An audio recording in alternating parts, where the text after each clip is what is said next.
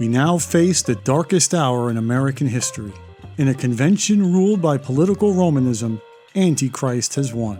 This was one Ku Klux Klansman's thoughts on the upcoming presidential election in 1928. The Antichrist in question was the Democratic candidate, Al Smith, the governor of New York. Nobody like him had ever been so close to the White House before, an Irish Catholic from the slums of Manhattan's Lower East Side. He was an American dream story, but to the Klansmen, it was a nightmare. The KKK had a revival in the 1920s, counting over 3 million members after spending decades in the shadows, and it was all thanks to Hollywood. In 1915, the filmmaker D.W. Griffith made the first full-length feature film in American history. It was called Birth of a Nation, a story about how the Klan saved the country from African Americans and their white allies after the Civil War. It was fantasy, but it took the country by storm, especially after President Woodrow Wilson co-signed it by calling it history written with lightning. New Klan chapters sprang up around the country. They weren't just a Southern organization anymore, and they didn't just focus their hatred at African Americans either. People like Al Smith made their hit list too: Catholic, Irish, urban, and wet, meaning he didn't support the brand new 18th Amendment banning alcohol. The new Klan considered themselves 100% American, Protestant, native-born, small-town folk, and dry, meaning they did support the 18th Amendment that banned alcohol.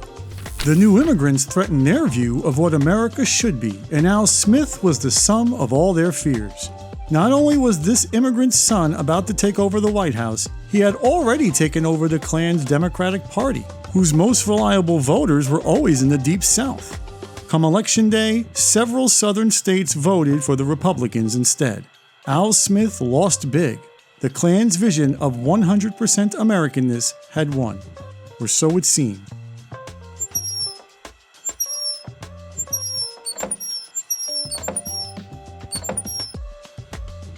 Culture wars always have shock troops. The American Protective League sniffed out disloyalty during the war. Federal agents raided immigrant organizations during the Red Scare. And the KKK ensured that nobody was getting lit during Prohibition. When the 18th Amendment banning alcohol was ratified in 1919, it was the end of one of the longest stories in American history. Protestant and women activists had been warning about the evils of alcohol since before the Civil War, in what was known as the temperance movement. Old Abe Lincoln himself was a temperance man, a true blue teetotaler, as they would say back then, meaning someone who never drinks alcohol. The temperance movement picked up steam after the Civil War, led by organizations like the Women's Christian Temperance Union, the WCTU. They tied alcoholism to domestic abuse, adultery, and poverty, all of which destroyed families. Another organization, the Anti-Saloon League, took it even further. They believed that alcohol destroyed nations, not just families. Men who spent their time in saloons were more prone to crime, and the worst saloons were in cities where immigrants lived. Irish immigrants had long been stereotyped as drunks, and that stereotype was later expanded to the new immigrants, particularly Germans. By the early 1900s, the WCTU and the Anti-Saloon League had enough juice to get alcohol banned in several parts of the South and Midwest. These became the so-called dry areas. Only the Northeast, where the biggest cities and highest concentration of immigrants were, remained wet, meaning alcohol was still legal there. The battle line of the culture war could be found between the dry small towns of Protestant America and the wet big cities of immigration. If small town America wanted to take away drink from the big cities, they would need to pass a federal law, or even better, an amendment to the Constitution. World War I gave them their chance. Not only were Irish and German immigrants drunks, but now those countries were our enemies in the war. Victory required the elimination of the foreign scourge of alcohol. Plus, you couldn't make weapons or field an army with a nation of alcoholics. The 18th Amendment was a breeze, passing the Senate, then the House, and then 46 of the 48 states. It outlawed the manufacture, sale, or transport of intoxicating liquors. Protestant, small-town America had won a major battle in the culture war. Immigrants in the big cities would now have to become teetotal, like good old Abe Lincoln himself. The evangelical Protestant preacher Billy Sunday held a funeral for alcohol in Norfolk, Virginia, where he said, "The reign of tears is over. Men will walk upright now. women will smile and children will laugh. But the federal government in 1920 didn't have much experience fighting crime. They relied on the Treasury Department to enforce prohibition. Imagine nerdy math whiz accountants suddenly becoming cops. And since the government didn't have the muscle to enforce the law, the Ku Klux Klan was happy to provide it. They terrorized popular immigrant hangouts under the guise of looking for liquor. This allowed them to paint themselves as law enforcers rather than terrorists. Klan leader Hiram Evans wrote an article in North American Review in 1926 that clearly stated their true goals. Native, white, Protestant supremacy, he wrote. America for Americans. They staged parades across the country, especially in the South and Midwest. They even made inroads into the heart of immigrant America in places like Chicago and Long Island. In 1925, they pulled 50,000 people into Washington, D.C. for a huge parade, where they marched proudly with their hoods off. This wasn't the shadowy Southern Klan of the 1860s. This was a nationwide movement on the front lines of the culture war, and to many Americans, they were the good guys in that war. In his article, Hiram Evans stressed the need for America to remain pure, to protect the pioneer stock from mongrelization. This meant Anglo-Saxon supremacy over Jews, Catholics, Slavs, and Italians. Keeping Al Smith out of the White House in 1928 was a major victory for them, but perhaps their biggest victory came in 1924 with the passage of the Johnson-Reed Act.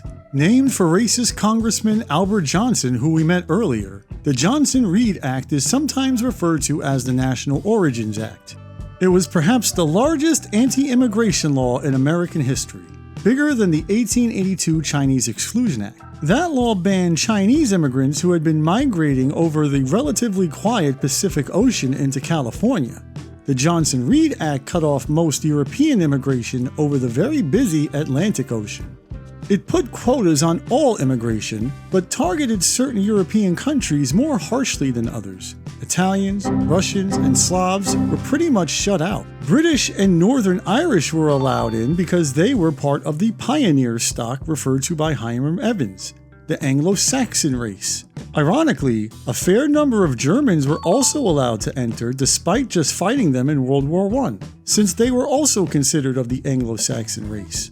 People like Hiram Evans believed this would prevent mongrelization, by which he meant race mixing, cutting off the inferior races while allowing people of pioneer stock to enter the country would restore Anglo-Saxon supremacy. Adolf Hitler admired the Johnson-Reed Act, calling it good for America's quote-unquote racial health. Meanwhile, Prohibition promised to improve America's physical health. Evidence shows that overall alcohol consumption declined by 30%.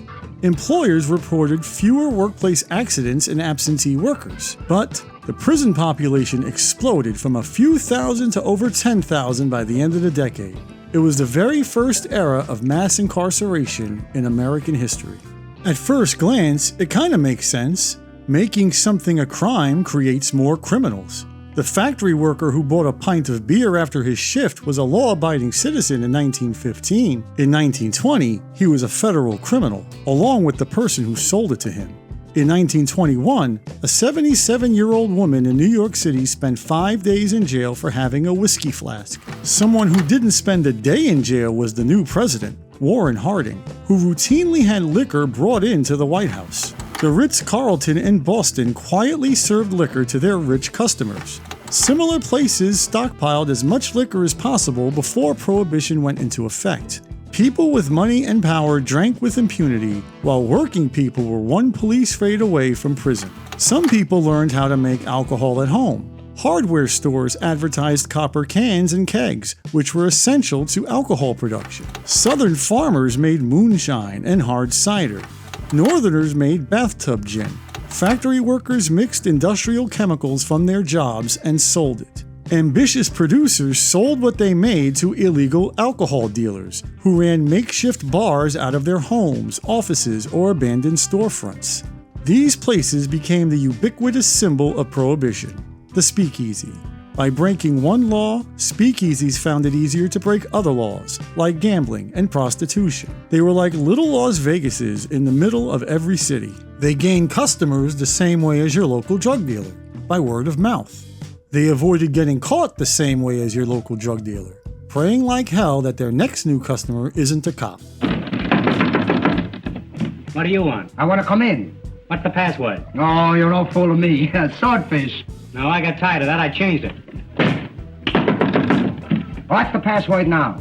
See, I forgot it. I better come outside with you.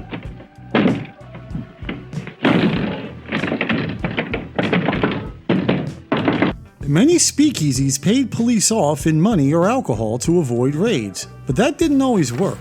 Paying off the chief of police worked better. Paying off the judges and the mayor made you untouchable, and nobody was more untouchable than Alphonse Capone. He moved from Brooklyn to Chicago, where he helped build what came to be known as the Outfit, a criminal network of alcohol, gambling, and bribery. I wonder what it's called when crime is organized like this. Organized crime runs on violence. If a customer steals from you or your competitor throws a rock through your window, you can't exactly call the police. You also can't let them get away with it.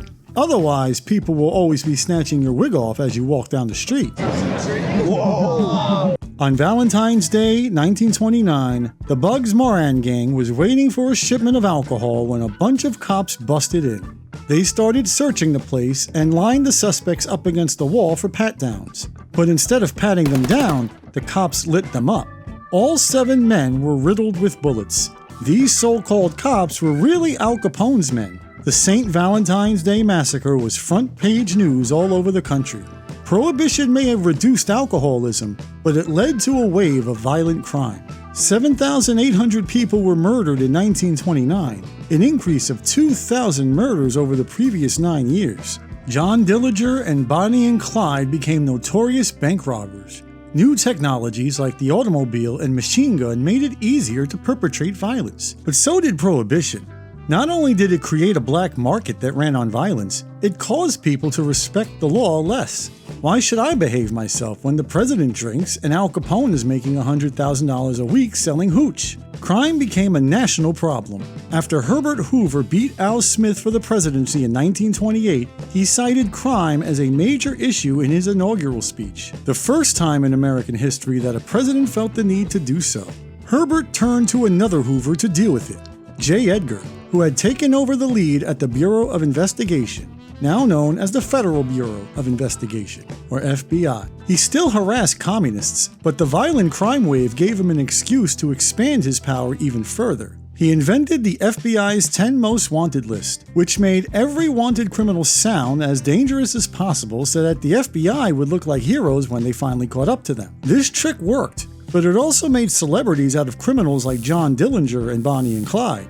Of course, the most powerless people were the ones who felt the full weight of the law. People like the 77-year-old woman went to jail for a whiskey flask while the customers of the Ritz-Carlton never got arrested. Even Al Capone got off relatively light, getting jailed for tax evasion rather than all that murder he did. President Herbert Hoover also targeted drugs by creating the Federal Narcotics Bureau in 1930. And he put a man named Harry Anslinger in charge of it. Anslinger got busy convincing the country that they were suffering through a full-blown drug epidemic with something worse than alcohol, reefer, or should we say, marijuana.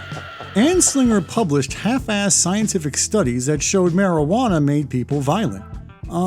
Sure. He turned his attention to the Southwest, where he accused Mexican migrants of using marijuana to amp themselves up before going out into the streets looking for white women to violate. After all, it's called marijuana. Why do you think it has a Spanish name and is named after a woman? That was mostly due to the work of Anslinger, who used the term marijuana to make people believe it was mostly a Mexican drug. He used America's fear of immigrants to stoke fear of marijuana. Before that, people called marijuana reefer and mostly considered it harmless.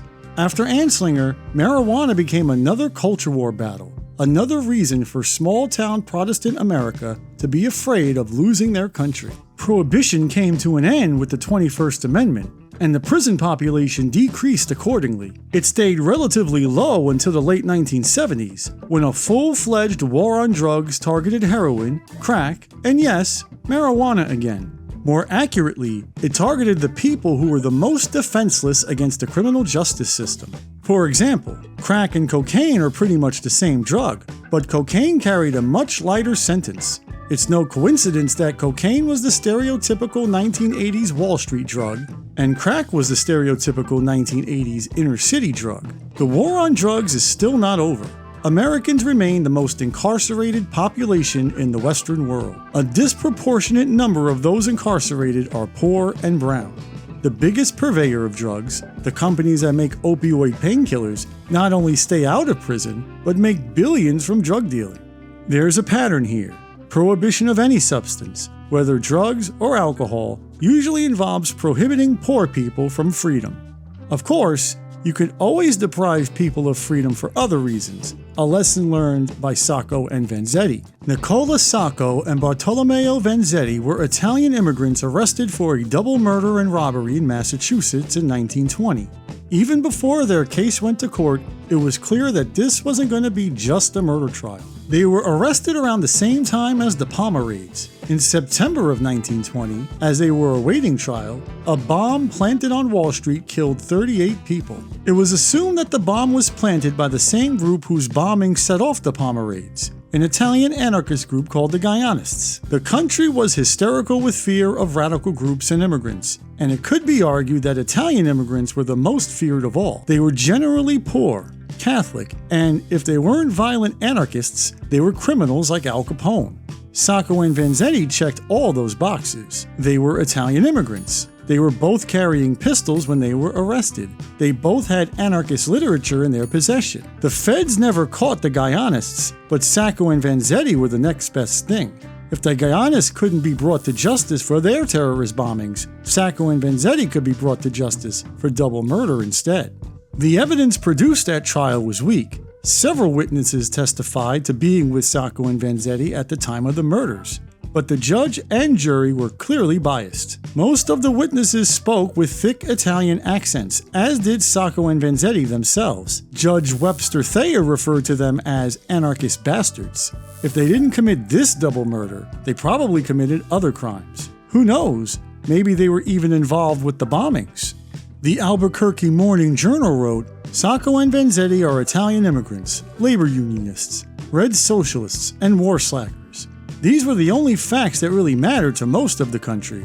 But the Morning Journal also warned that hardly constitutes a reason for our desiring to convict them of murder. Many important people agreed, not just radicals, but respected writers and lawyers too.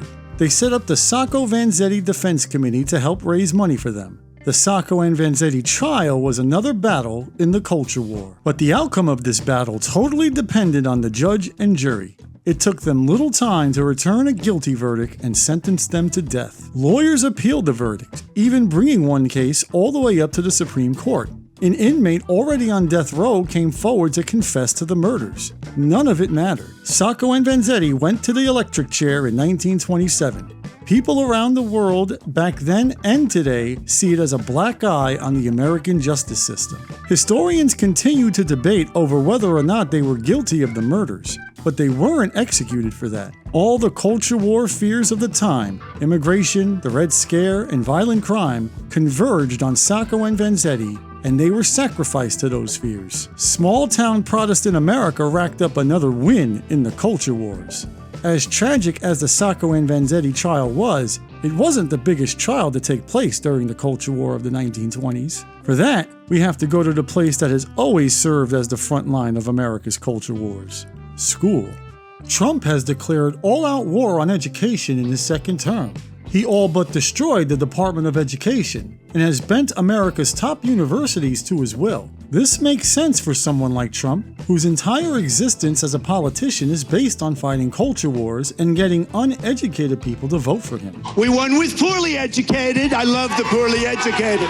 Trump supporters have long stereotyped schools as woke indoctrination factories where students are taught to be trans feminists who hate white people. If we have pink-haired communists teaching our kids, we have a major problem. In the 1920s, the battle was over religion. Since the days of the Pilgrims, public schools have always been very Protestant-coded. Many states required some schooling after the new immigrants arrived, partly to teach Protestant values to Catholic and Jewish children. Catholic and Jewish families often resisted by building private religious schools. Areas of the South and Midwest didn't really have this problem because they didn't have many immigrants. Instead, they worried about something else: evolution. Charles Darwin's theory of evolution had been around since the late 1800s. By the 1920s, scientists were more or less accepting of it as scientific fact.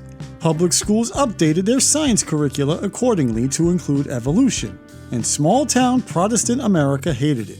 To them, teaching children that we evolved through thousands of years of small cellular mutations contradicts the Old Testament story of God creating everything, what we call creationism.